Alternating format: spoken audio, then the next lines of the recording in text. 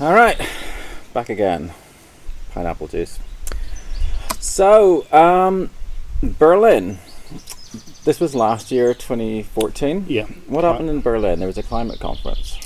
There was a 4-day conference, which was a transdisciplinary participation on climate engineering, specifically on various different techniques that might be employed and the legal implications and social implications, and basically talking about the whole, encompassing all the likely problems or problems of acceptability or implementation.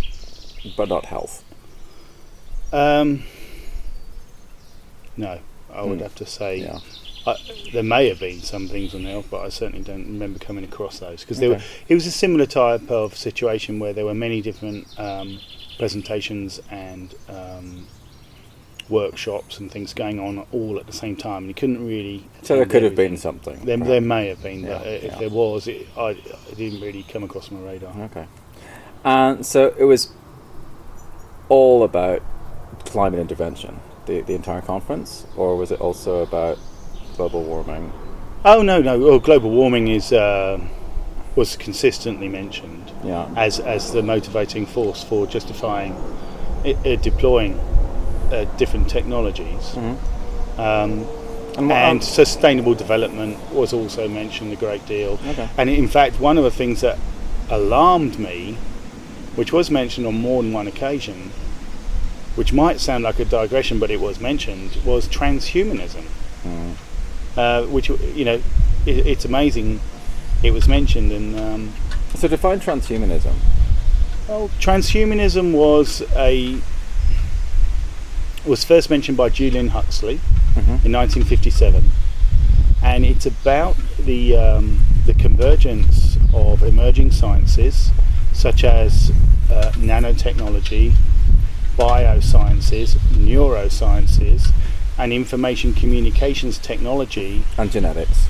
and which is biosciences, to merge with biodiversity. So it's about incorporating technology into life itself, into humans. Transhumanism is about technology becoming integrated with humanity itself. So, for example, we're all using technology now like we weren't before. They call it wearable technology, like our smartphones, for example. Well, a pacemaker is almost. Exactly, and that will be one of the examples that they will use for wearable technology. A big emphasis about making transhumanism publicly accepted is the use of medical technology. Like, for example, people having RFID chips implanted with a unique number so that your personal medical files could be brought up at an instant. So if you have a particular medical condition that would require emergency action, the benefit would be is if you've got technology inside your body that can quickly indicate what your situation is, you might be treated in a quicker way. Yeah. So that's the way they try to sell this as a great idea. You can have RFID chips with temperature monitoring technology, with pulse rate monitoring technology, with technology about your blood, measurements, data about your blood. Like, for example, if you're a diabetic or something like that, there's technology there. Pacemaking, as you quite rightly point out, even to the point where when we were at the AAAS conference earlier this year, in 2015 in San Jose, we were talking to a Japanese lady that was promoting her boss's research into developing implants for the brain. And so this is an area where the reason it was I should elaborate why this was mentioned at the climate engineering conference. The reason it was mentioned at the environmental conference, the climate engineering conference, was because of an age we're entering into, or they say we're in now, called the Anthropocene. And what that means is man's ability to exert his influence on everything around him. So that would include the human body, as well as climate. And we're talking about the use of nanotechnology, really, devices inside our bodies. And the thing that needs to be recognised is the potential for abuse. Because who controls the technology? I mean, who Exactly. knows? We don't even know what's in our phones.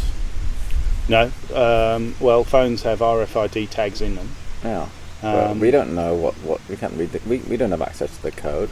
No, and our Or if phones we are did, we used wouldn't to be able to monitor us. understand it, yeah. And in fact, if anyone sees the precursor of the word smart, they should realise smart stands for self-monitoring, analysing and reporting technology.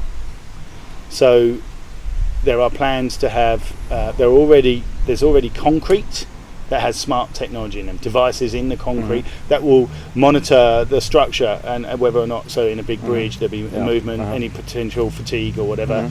They want to make smart plants where crops will have technology in them to indicate when they need to be watered for the minimum amount of use of water so that they're efficiently watered.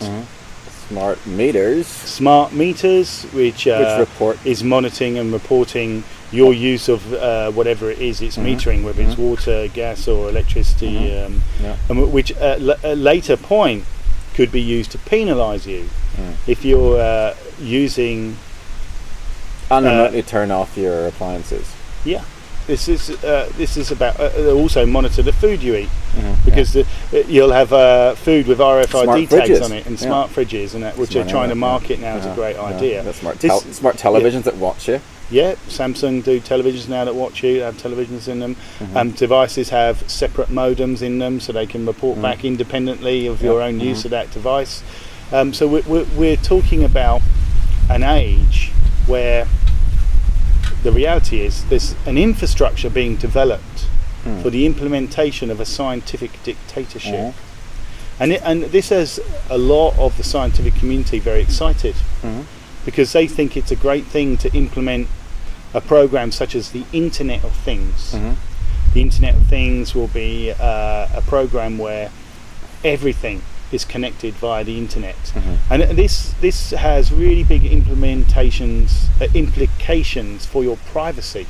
So much so that they're soon going to have to. There's talk now about redefining what privacy entails, because the level of invasion into your private life, for example, using social media, or these changes that they're going to bring in, is in a response to climate change.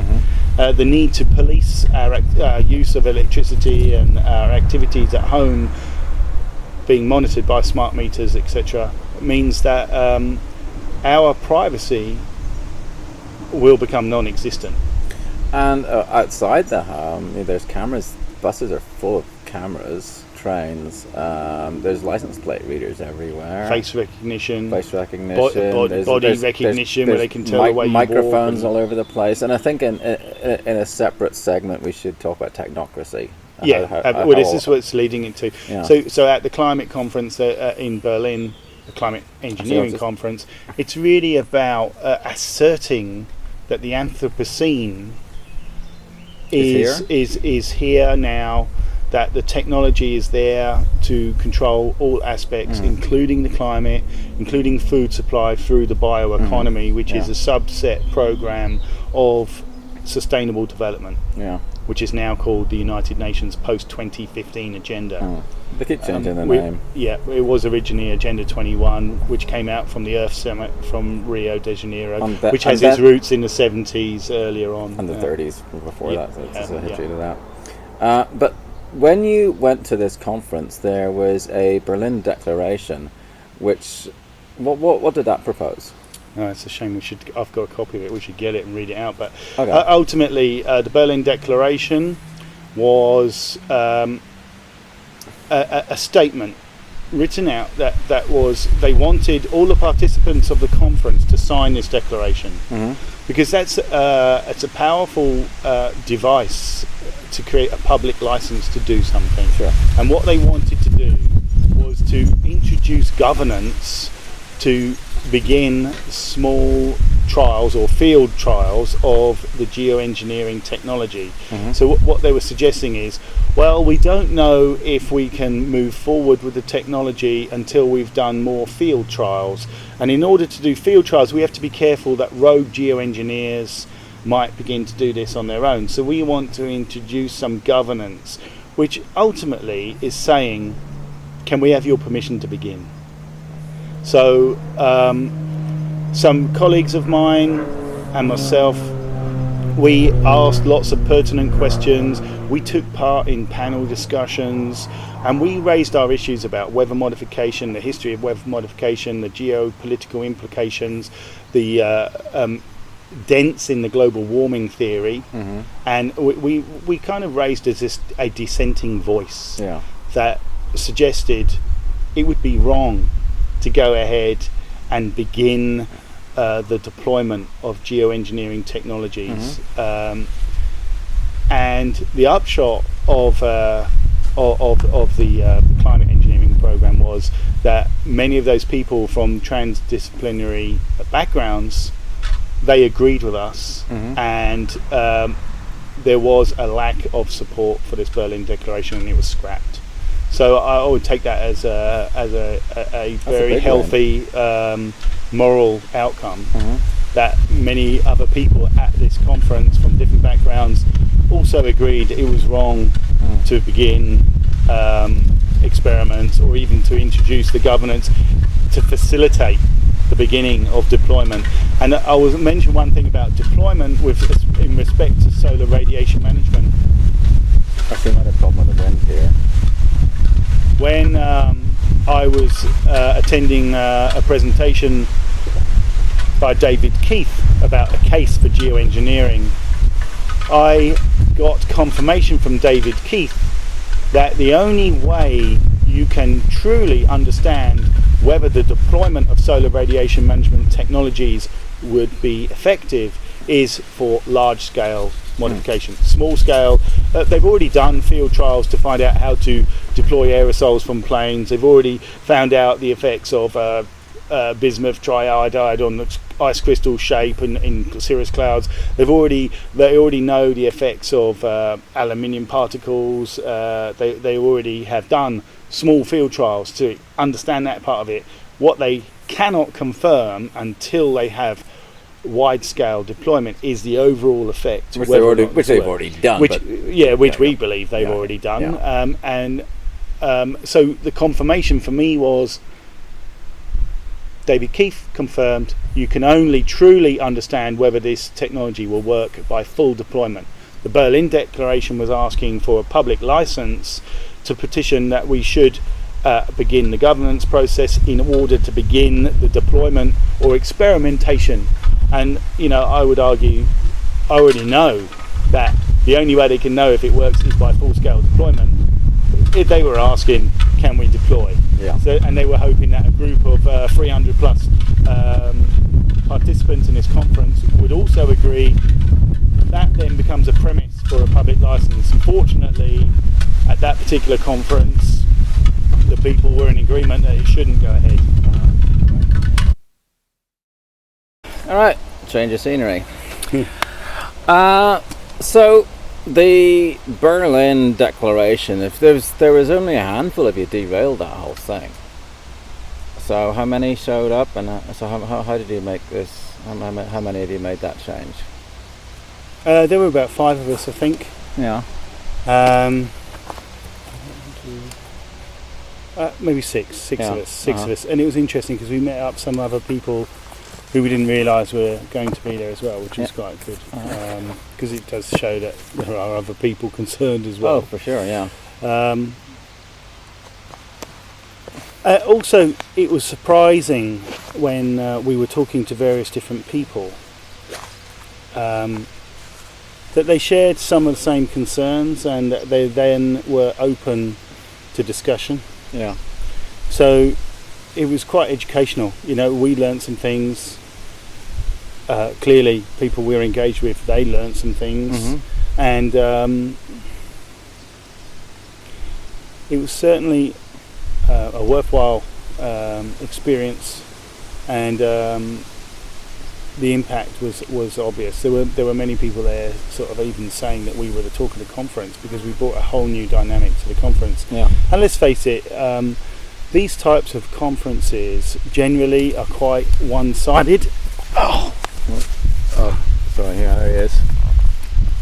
What was that? It's got me anyway. What was it? Oh, it was a wasp. Oh, well, okay.